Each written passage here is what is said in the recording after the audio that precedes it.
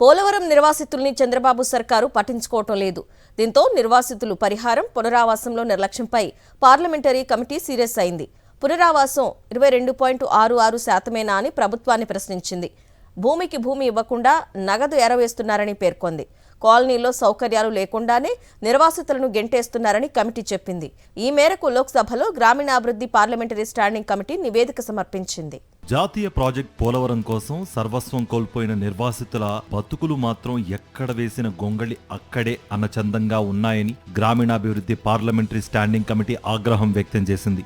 నిర్వాసితులకు న్యాయం చేయడం లేదని కమిటీ లోక్సభకు సమర్పించిన 24వ నివేదికలో తీవ్రస్థాయిలో మండిపడింది. గిరిజనులకు చట్ట ప్రకారం దక్కాల్సిన భూమికి భూమి హక్కును కాలరాస్తున్నారని, పునరావాస ప్యాకేజీ అమలులో తీవ్రమైన లోపాలున్నాయని తెలిపింది. 2024 నవంబర్ నాటికి పోలవరం ప్రాజెక్ట్ పనులు ఓవరాల్ గా 53.47%, హెడ్ వర్క్స్ 74.27%, ప్రధాన డ్యాం పనులు 75.60% పూర్తయ్యాయని తెలిపింది. కానీ ప్రాజెక్టులో అతి ముఖ్యమైన భూసేకరణ, పునరావాసం పనులు మాత్రం 22.66% మాత్రమే పూర్తయ్యాయని పేర్కొంది. ప్రాజెక్ట్ నిర్మాణం చివరి దశకు చేరుకుంటున్నప్పటికీ నిర్వాసితులకు పరిహారం ఇవ్వడంలో ఎందుకు ఇంత నిర్లక్ష్యం వహిస్తున్నారని కమిటీ రాష్ట్ర ప్రభుత్వాన్ని నిలదీసింది. పోలవరం ప్రాజెక్టు వల్ల ఆంధ్రప్రదేశ్లోని ఏలూరు, అల్లూరి సీతారామరాజు జిల్లాల్లోని సుమారు 371 ఆవాసాలు, 222 రెవెన్యూ గ్రామాలు ముంపునకు గురవుతున్నాయని తెలిపింది. పోలవరం ముంపులో ఉన్న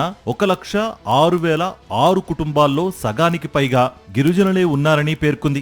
2013 భూసేకరణ చట్టం సెక్షన్ 41, 42 ప్రకారం గిరిజన కుటుంబాలు భూమి కోల్పోతే వారికి ప్రత్యామ్నాయంగా సాగుభూమి ఇవ్వాలని, కానీ క్షేత్రస్థాయిలో ఇది అమలు కావడం లేదని తెలిపింది.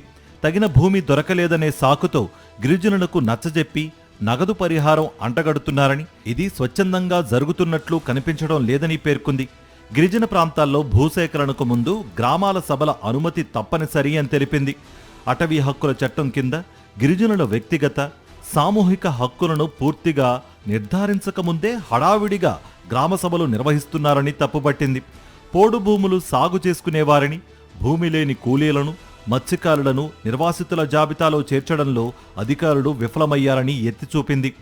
చట్టంలోని సెక్షన్ 26, 30 ప్రకారం పరిహారం చెల్లించడంలో లోపాలున్నాయని కమిటీ నివేదికలో పేర్కొంది.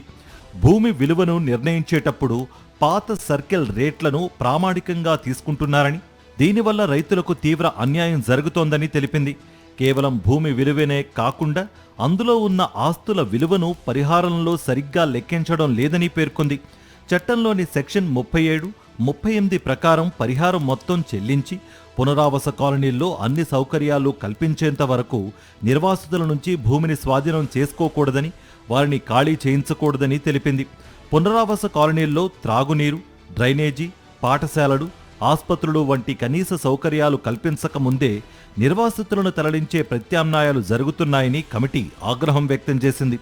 పరిహారం పూర్తిగా చెల్లించి పునరావాస కాలనీలు సిద్ధమయ్యేంత వరకు నిర్వాసితుల నుంచి భూమిని స్వాధీనం చేసుకోకూడదని స్పష్టం చేసింది. పరిహారం, పునరావాస పనుల్లో పారదర్శకత కోసం గ్రామాల వారీగా వివరాలను ఆన్లైన్ పోర్టల్లో ఉంచాలని కమిటీ సిఫార్సు చేసింది.